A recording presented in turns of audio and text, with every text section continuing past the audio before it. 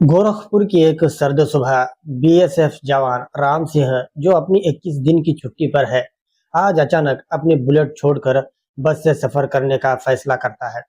वो अपनी बहन से मिलने सिद्धार्थ नगर जा रहा है। बस में चढ़ते ही उसकी नजर एक खूबसूरत लेकिन उदास चेहरे वाली युवती पर पड़ती है। वह पद्मिनी है, जो अपने नशे में धुत पति सावन कुमार के साथ यात्रा कर रही है। सावन के असभ्य व्यवहार से परेशान होकर पद्मिनी राम सिंह के बगल वाली सीट पर बैठ जाती है। थोड़ी ही देर में दोनों के बीच हल्की फुल्की बातचीत शुरू हो जाती है।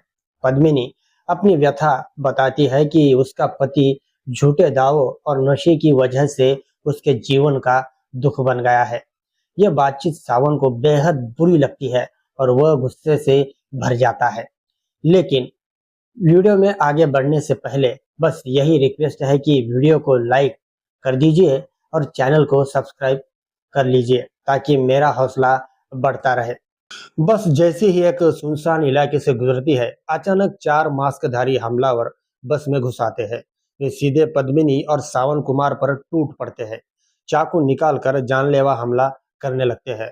बस में भगदड़ मच जाती है और सभी यात्री डर कर बस से कूद जाते हैं। राम सिंह, जो अपने हेडफोन से गाना सुन रहा था, हड़बड़ाहट की आवाज सुनकर पीछे मुड़ता है। स्थिति को भांपते हुए उसका सैनिक का खून खोल उठता है। वह बिना एक पल गवाए हमलावरों के सामने आ खड़ा होता है। एक जबरदस्त मुकाबला शुरू होता है। 10 मिनट तक चलने वाली इस हाथापाई में राम सिंह बहादुरी से लड़ता है, लेकिन इस दौरान पद्मिनी का हाथ और राम सिंह की छाती चाकू से घायल हो जाती है।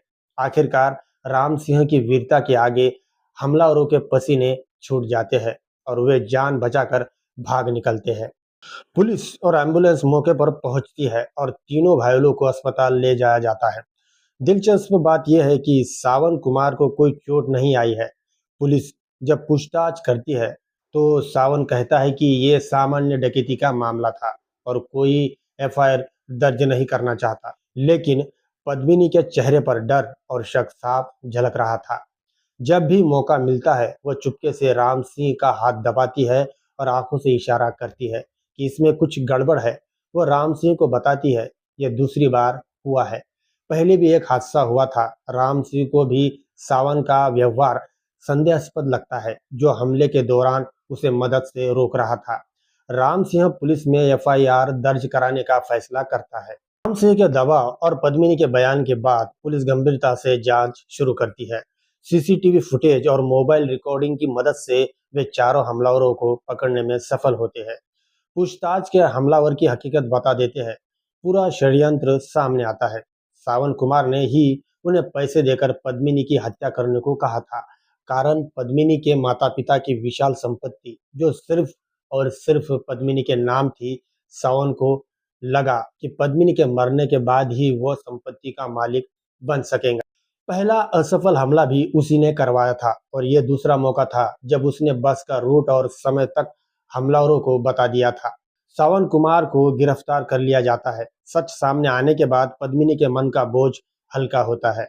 वो राम सिंह के सामने खड़ी होती है, आंखों में आंसू लिए। आप नहीं होते, वो फूट कर रोती है, तो आज मैं जिंदा नहीं होती। आपने न सिर्फ मेरी जान बचाई, बल्कि मुझे एक नई जिंदगी दी। राम सिंह मुस्कुराता है, उसे सांत्वन देता है।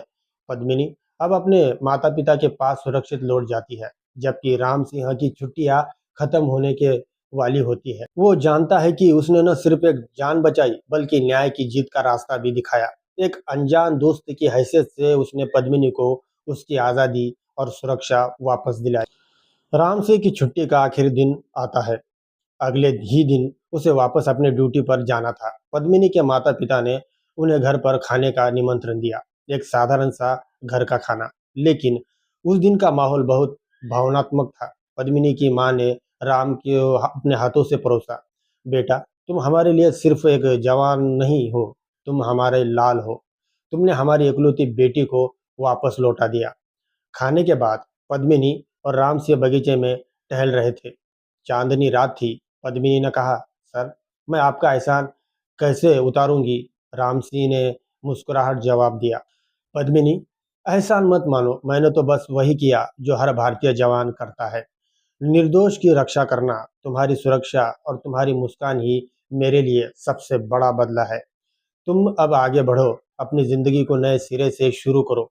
राम सिंह वापस जम्मू की अपनी ड्यूटी पर चला जा गया। पद्मिनी ने अपनी जिंदगी में आगे बढ़ने का फैसला किया। उसने अपने पिता के कारोबार की जिम्मेदारी संभाली और सावन कुमार और उसके साथियों के खिलाफ मुकदमा चल रहा था और सबूत मजबूत होने की वजह से सजा तय लग रही थी।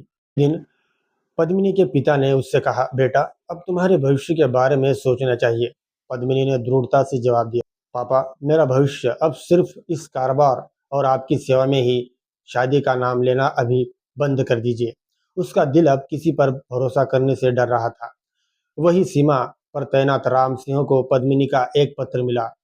उसने लिखा था, सर, आपकी बहादुरी ने मुझे सिर्फ जीवन ही नहीं दिया बल्कि जीने का हौसला भी दिया। मैंने समाजसेवी संस्था से जुड़कर महिला शक्तिकरण का काम शुरू किया है। आपके दिखाए रास्ते पर चलकर मैं दूसरों की मदद करना चाहती हूँ। इस बार उसकी मुलाकात एक सामाजिक कार्यक्रम में पद्मिनी से हुई, जहां वो महिला सुरक्षा पर बोल रही थी। पद्मिनी अब वह डरी हुई उदास लड़की नहीं रही थी। वह एक कॉन्फिडेंट और सफल बिजनेस वुमन और सोशल एक्टिविस्ट बन चुकी थी। मुलाकात में पद्मिनी ने कहा, सर, आपके बिना यह संभव नहीं था। आपने मुझे सिखाया कि डर के आगे जीत है। राम सिंह ने गर्व से देखा और कहा, पद्मिनी, ये जीत तुम्हारी अपनी है। मैंने तो बस एक पल में फैसला लिया था, लेकिन तुमने तो हर रोज डर से लड़ने का फैसला लिया है। कार्यक्रम के बाद राम सिंह के परिवार वालों ने उससे पूछा, वो लड़की कौन थी? तुम दोनों के बीच एक अलग ही सम्मान और जुड़ाव दिख रहा था। राम सिंह ने मुस्कुरा कर कहा, माँ, वो एक ऐसी दोस्ती है जिसकी जिंदगी में मैं भगवान का एक औजार बनकर आया था और आज वह खुद दूसरों के लिए मदद का हाथ बन रही है।